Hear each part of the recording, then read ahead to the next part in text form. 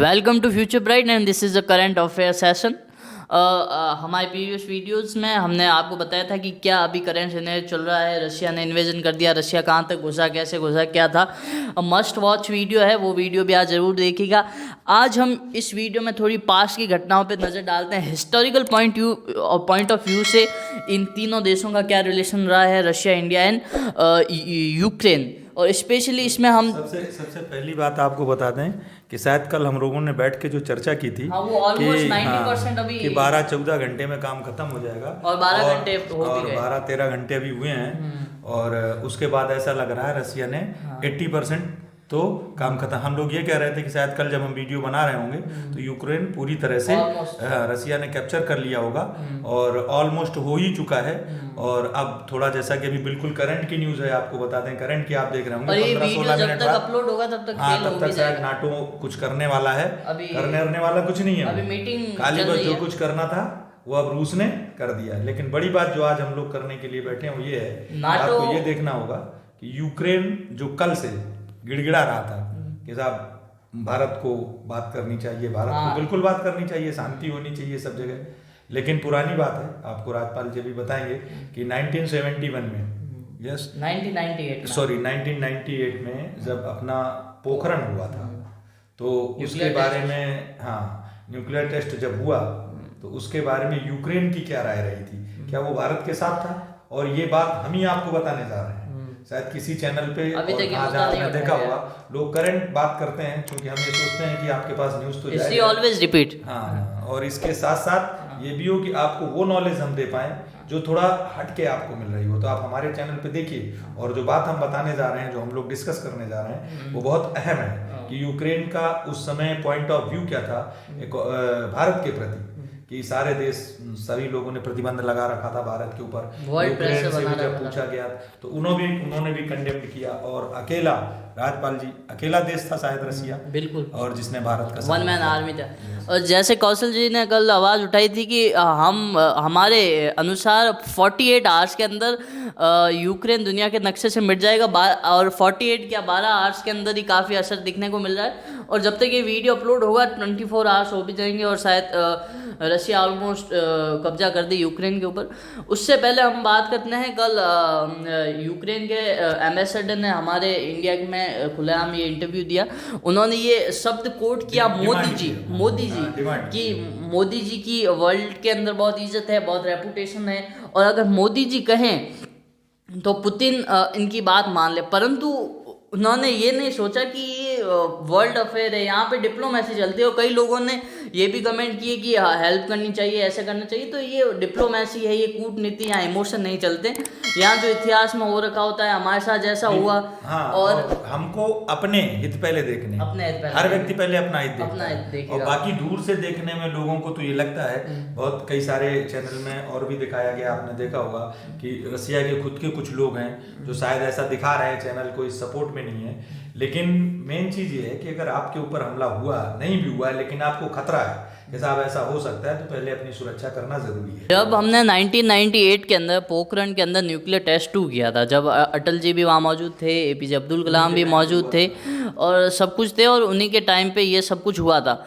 और उस समय जब जहाँ तक वर्ल्ड हिस्ट्री और हमें याद है, तो उस समय ये बात हुई थी कि पूरे वर्ल्ड की ओर से जो हमें पढ़ाया गया और हमें पता भी है, जो पूरा वर्ल्ड था वो एक तरफ आ गया था और इंडिया के ऊपर ये प्रेशर डाला गया था कि इंडिया CTBT ट्रीटी पे साइन कर ले।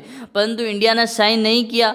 फिर इंडिया के ऊपर वर्ल्ड लेवल पे पूरा प्रेशर बनाया गया। इसमें सबसे आगे था US, फिर फ्रांस का भी आया था, पर फ्रांस ने डायरेक्ट कंडेम नहीं किया था।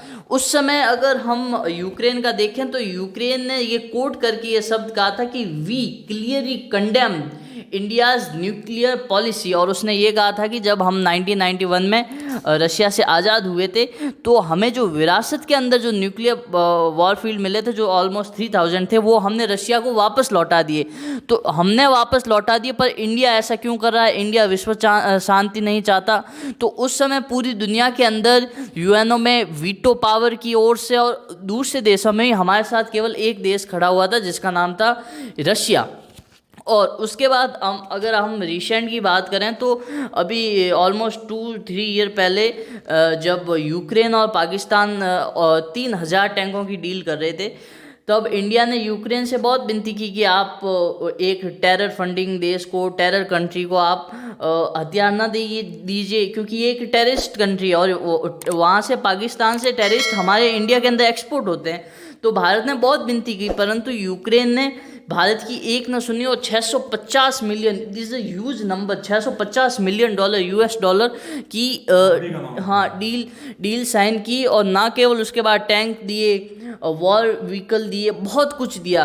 तो उस समय भी रशिया ने भारत का साथ दिया था। और ना केवल यूक्रेन ने आज तक हमें इतिहास में ऐसा कोई बहाना नहीं दिया, ऐसा कुछ चीज़ नहीं दी जिसके बलबूते पे हम यूक्रेन की आज मदद करें। तो ये हमने मुद्दा इसलिए उठाया क्योंकि कल यूक्रेन के जो एम्बेसडर थे, उन्होंने जो थोड़ा इमोशनल हो के, हाँ इवन प्रेसिडेंट, वो भी ये चाह रहे थे कि, और फिर हम रिपीट कर दें कि वो चाणक्य का नाम ले रहे थे, वो कौटिल्य का नाम ले रहे थे, चाणक्य उनका ये कोट था, और शायद विदुर का भी नाम लिया उन्होंने, पुरानी बातें महाभारत तक उन्होंने ये कोट, भारत का इतिहास रहा है कि वो शांति के लिए सपोर्ट करता रहा। और इस शायद ये कहते समय वो भूल गए कि हमने पहले क्या कर रखा था, पहले क्या कह रहा था। शायद उन्होंने तब नहीं सोचा था कि शायद भारत की मदद की जरूरत हमको पड़ेगी, लेकिन धीरे धीरे वो कभी न कभी दिन तो सभी के फिरते हैं। बिल्कुल। तो अब भारत का चांस आया और इतिहास हालांकि हम बैठकर यहाँ ये कतई चर्चा नहीं करते हैं कि मतलब किसी के ऊपर आक्रमण अटैक होना चाहिए, ये पॉलिसी नहीं है ना भारत की रही ना भारत हम डेमोक्रेसी के खिलाफ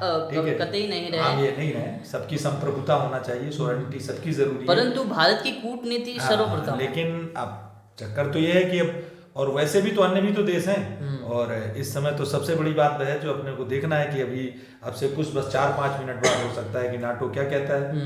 और उसके अलावा एक और बड़ी बात है राजपाल जी, हम आपको बताएं कि अगर दूसरा कोई कहता है आप कहिए, आप आगे चलिए, हम लोकल छोटी मोटी बातों से बात करें कि हमको पहले अपनी ताकत देख लेनी चाहिए कि हम जिससे लड़ने जा रहे हैं उसके अकॉर्डिंग हमारी ताकत कितनी, पीछे वाला कब आएगा कब नहीं आएगा ये तो दूर की बात है, वो तो आगे और सभी जानते हैं, हाँ सभी जानते हैं कि सब पहले देखते हैं कि हम आपका सपोर्ट तभी तक करेंगे जब तक मेरा नुकसान ना हो, और जब नुकसान हो और आपको पता है कि आप सुपर पावर से लड़ने जा रहे हैं तो नुकसान तो होगा, नुकसान तो होगा। और यूक्रेन को एक सोची समझी साजिश तो नहीं कह सकते, परंतु यूरोपियन कंट्रीज, जो वेस्टर्न कंट्रीज और नाटो ने है वो बिल्कुल धक्का दे दिया, और इसका असर तो पूरे विश्व को पड़ेगा। देखिए कई जगह के, जैसे कल ही था अपना इंडिया का शेयर मार्केट और सब चीजें हैं, तो ये सब धड़ाम, हालांकि हम लोग शेयर मार्केट के बारे में ज्यादा जानते नहीं है, तो एक्सपर्ट हैं और कोशिश करेंगे कि कोई हम में से ऐसा हमारे साथ कल या परसों में बैठे जो इस चीज का जानकार हो, हम लगे हैं कोशिश में, हम फाइनेंशियल कोई पर्सन को ढूंढ रहे हैं जो बिल्कुल, परंतु इस बारे में नॉलेज हो, लेकिन फिर भी जैसा कि आप सभी जानते हैं जनरल चीज है,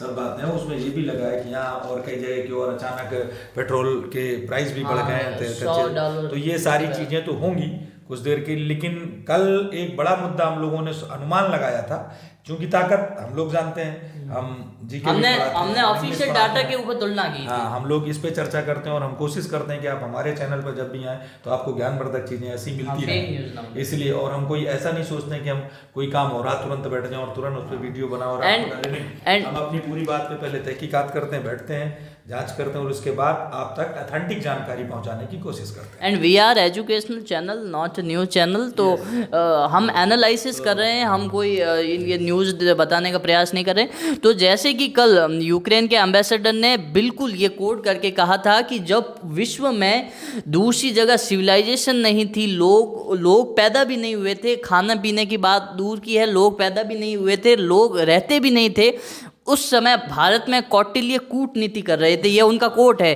और महाभारत के समय जब आर्यंस दुनिया के अलग अलग देशों के अंदर जाके वहाँ पे पूरे दौर कर रहे थे, आर्यंस पहुँच चुके थे दुनिया के अलग अलग देशों में, तो भारत एक बहुत पुरानी सिविलाइजेशन है, बहुत अच्छी सिविलाइजेशन है और शांति का एक बहुत अच्छा दूत है, ये उनका कोट है। और अंत में उन्होंने कहा था कि मोदी जी, इन्होंने ये इंडियन लैंग्वेज वाला मोदी जी यूज़ किया है, मोदी जी पुतिन से अगर रिक्वेस्ट करें तो शायद एक पल के लिए पुतिन बात मान ले, परंतु उन्होंने उस समय ये नहीं सोचा कि पुतिन वॉर कर रहे हैं, क्यों रिक्वेस्ट करें, और वॉर के अंदर कहाँ एक दोस्त दूसरे दोस्त से, और ये इमोशन से वॉर नहीं होता है। और भड़काऊ बयान तो नाटो की तरफ से भी बराबर आ रहे हैं साहब। अभी फ्रांस के उसने कहा, और एक और नई जानकारी आपको बता दें, अभी 2-2.5-3 घंटे पहले की बात है कि शायद इंग्लैंड और ग्रेट ब्रिटेन की जो फ्लाइट थी, जो भी उनके वहाँ पे रूस ने मना कर दिया है, प्रतिबंध लगाए हैं रूस के ऊपर। तो रूस ने मना कर दिया है कि अब उनके हवाई अड्डों के, इवन हवाई क्षेत्र का भी, उनके जो एयरवेज हैं उधर जितनी तरफ से जो भी रास्ते हैं वो सारे के सारे रूस ने प्रतिबंध लगा दिया है यहाँ से कि ग्रेट ब्रिटेन की कोई भी फ्लाइट अब जा नहीं सकती है। तो इसका मतलब है कि वो बिल्कुल खुले मैदान पर लड़ने के लिए तैयार है, और ये भी नाटो को सोचना होगा। और ऐसा तो है नहीं कि कोई, अगर वो ये सोच कर ये बात कर रहे हो कि नहीं साहब रूस अकेला है, तो अब ये तो सोचना पड़ेगा अब। और चूंकि हमारा तो पुराना दोस्त रहा है, तो हमारी तो भावना है उसके साथ। एक तरफ हम देखें तो यूक्रेन ने हमें कोई बहाना नहीं दिया है कि हम उनकी हेल्प करें, हम उनकी मदद करें, और दूसरी तरफ रशिया ने हमको कोई बहाना नहीं दिया कि हम उनके विरोध जाएं, हम उनके खिलाफ कुछ करें। अभी 2021 की बात करें तो हमारे कहने पे रशिया ने चाइना के साथ भी मिलिट्रियन करना कम कर दिया। प्रांतों का अगर रेफरेंडम हुआ है और उन्होंने सपोर्ट किया है, तो ये अपने लिए फिर फेवर वाली बात आती है कि पीओके में अगर रेफरेंडम होता है, ये तो वर्ल्ड लेवल पे एग्जांपल मिलेगा इंडिया को कि। और अगर कहीं चाइना ने फिर ताइवान पे किया, तो एक पॉलिसी भारत के लिए, और कई जगह ये चल भी रहा है, भारत के लिए कई चीजें फायदेमंद हो सकती हैं। एक बड़ी बात आपको बता दें, चूंकि यूक्रेन और रशिया दोनों गेहूं के बहुत बड़े उत्पादक हैं, और दोनों से बहुत ज़्यादा इसको पूरी दुनिया भर में एक्सपोर्ट किया जाता है। और आपके ये भी बता दें कि भारत भी गेहूं का इस समय बड़ा उत्पादक देश है, और अगर गेहूं के रेट मान लीजिए बढ़ते हैं कहीं पे, कहीं कुछ होता है, तो इसमें कहीं ना कहीं भारत को फायदा हो सकता है। ऐसी बात है। और अगर हम इनको मना करें रशिया को, तो हमें मना करने से मिलेगा क्या? अगर यूके पे यूक्रेन, ये भी कौन सा जरूरी, ये भी जरूरी नहीं, और रिलेशन और बिगड़ जाए। नाटो से कहिए ना कि आप अपना वो जो उन्होंने स्टैंड लिया था उससे वो अपने वहां से क्या करें, बैक हो जाएं, पीछे हो जाएं इसको। लेकिन और फिर यूक्रेन के ऊपर अगर रशिया कब्जा नहीं करेगा, तो हमें पीओके वाला एक वर्ल्ड लेवल पे एग्जाम्पल कहाँ से मिलेगा? इंडिया तो चाहता है कि वर्ल्ड लेवल पे ऐसा कोई एग्जाम्पल आए, हम दूसरे देशों को बता सकें। और फिर रशिया भी इंडिया का फ्रेंड है, इंडिया रशिया के साथ रिलेशन मेंटेन करना चाहता है, कूटनीति मेंटेन करना चाहता है, और हमेशा इंडिया का रशिया स्टैंड अलाई रहा है हमेशा, भले ही कुछ भी हो। जो भी न्यूज़ आप देख रहे हैं, आ रही जो भी आ रही हैं, हम लोगों ने जो देखा है, जहाँ से हमने जानकारी थोड़ी बहुत हासिल की और जो बताया उसके अकॉर्डिंग काफ़ी कुछ उसका डैमेज हो चुका है, सब डिस्ट्रक्ट हो गया, कहीं नहीं उनके बहुत सारे टैंक उड़ा दिए गए हैं। और शायद हो सकता है कि कुछ अगर ऐसा हो, कुछ फेक न्यूज़ और हो सकता है, मुझे तो ऐसा लगता है शायद उसके ऊपर कब्जा हो चुका है, बाकी की न्यूज़ वैसे ही चल रही है। और एक खुशी की बात ये भी है, शायद एक विमान भी भारत कुछ यात्रियों को लेकर आया है, ये अथेंटिक नहीं है अभी, ये कहीं से। और भारत ने ये भी ऐलान किया कि बिना वीज़ा आप पोलैंड वगैरह में अन्य देशों के जो यूक्रेन के पास पड़ते हैं, वहाँ इंडियन को शरण दी गई है। और अंत में हम यही कहना चाहेंगे कि जब आज तक का इतिहास रहा है कि जब भी इंडिया को वीटो की आवश्यकता पड़ी है, तो दुनिया में सिर्फ एक देश था, रूस। यूके ने भारत को कभी भी प्रॉफिट लॉस नहीं देखा, बिल्कुल प्रॉफिट लॉस नहीं देखा। बिल्कुल ये देखिए दुनिया के पास ब्लाइंडली सपोर्टेड दुनिया में 5 देश हैं वीटो वाले, अमेरिका हो गया, यूके हो गया, फ्रांस हो गया, रशिया हो गया एंड चाइना हो गया। उसमें से मेजॉरिटी ऑफ टाइम 99.9% ये चारों लोगों ने भारत के खिलाफ वीटो किया है। कभी कभी फ्रांस थोड़ा कॉम्प्रोमाइज़ कर देता है। जब अगर हम इतिहास उठा के देखें 1998 की, जब पोखरण वाला मामला हुआ था, तो उस समय कंडेम करने वाले देश थे, उसमें यूएस था, उसमें चाइना था, उसमें यूके था, परंतु फ्रांस ने स्पष्ट शब्दों में कंडेम नहीं किया, परंतु हाँ उन्होंने ये जरूर कहा कि दुनिया में शांति बनी रहनी चाहिए, न्यूक्लियर वॉर नहीं होना चाहिए, ऐसा वैसा ज्ञान बहुत ज़्यादा। परंतु रशिया मात्र एक ऐसा देश था जिसने कहा है कि we openly supported India anyhow, हम कोई भी कंडीशन हमको क्यों ना झेलनी पड़े, वी सपोर्ट इंडिया। तो वो इतिहास का दौर है कि रशिया ने हमारा हमेशा से साथ दिया है। और दूसरी तरफ आप अगर यूक्रेन और इंडिया का इतिहास उठा के देख लें, भले आप न्यूक्लियर वाला देख लो, भले आप पाकिस्तान का मैटर देख लो, तो ऑलवेज हमें हमेशा के लिए सिंस 1998 क्या सिंस 1991 हमको हमेशा से निराश किया गया है। और हमारे सबसे बड़ा दुश्मन जो पाकिस्तान है, उसको भी वेपन सप्लाई किए हैं, सब कुछ किया है, बहुत बड़ी वेपनाइज डील साइन की है। तो कुल मिला के जो आज का हमारी ये सेशन था कि why should India help Ukraine, तो उसमें आपको शायद काफ़ी हद तक नतीजा मिल गया होगा। जानकारी मिली होगी। और ये शायद आप जरूर देखना कि जो जानकारी हमने आपको दी है कि मतलब ऐसी है कि जानकारी और कौन देता है आपको। बाकी तो न्यूज़ आपको बहुत दे रहे होंगे, रिसोर्स लगे हैं, लोग तो दिन दिन भर देख रहे हैं और ये कर रहे होंगे। तो हम लोगों ने भी सोचा कि ये जानकारी थी आपके मतलब की थी। बहुत सारे स्टूडेंट ने से हमको फ़ोन करके कहा था कि सर कल आपने जो जानकारी दी हमको अच्छी लगी। ये चूँकि हमारा एजुकेशन चैनल है इसलिए हम ये सोचते हैं कि ज़्यादातर आपके ज्ञानवर्धक जानकारी हम जितनी से ज़्यादा आपको दे सकें उसके लिए हम प्रयास रहते हैं। ये ज़रूर था कि हमने इंग्लिश का नहीं बनाया वीडियो, इसीलिए रोक दिया और नहीं बनाए जो हिस्ट्री के बना रहे थे जो, और अपना 1-2 दिन में हम इसको शुरू कर देंगे। लेकिन कल क्या नया अपडेट होता है, कल क्या होता है, यू नो आज क्या करता है, इस पर बैठकर कल फिर हम हो सकता है सुबह और नाटो के ऊपर भी हम हमसे जुड़े रहिए, देखते रहिए बराबर, हम आपको इस तरह की जानकारी देते हैं। और नाटो भी क्या फैसला करता है उसको भी आपको शाम तक वीडियो मिल जाएगा। जय हिंद, जय भारत, वंदे मातरम। और ऐसे ही देखते रहिए फ्यूचर ब्राइट कोचिंग क्लासेस।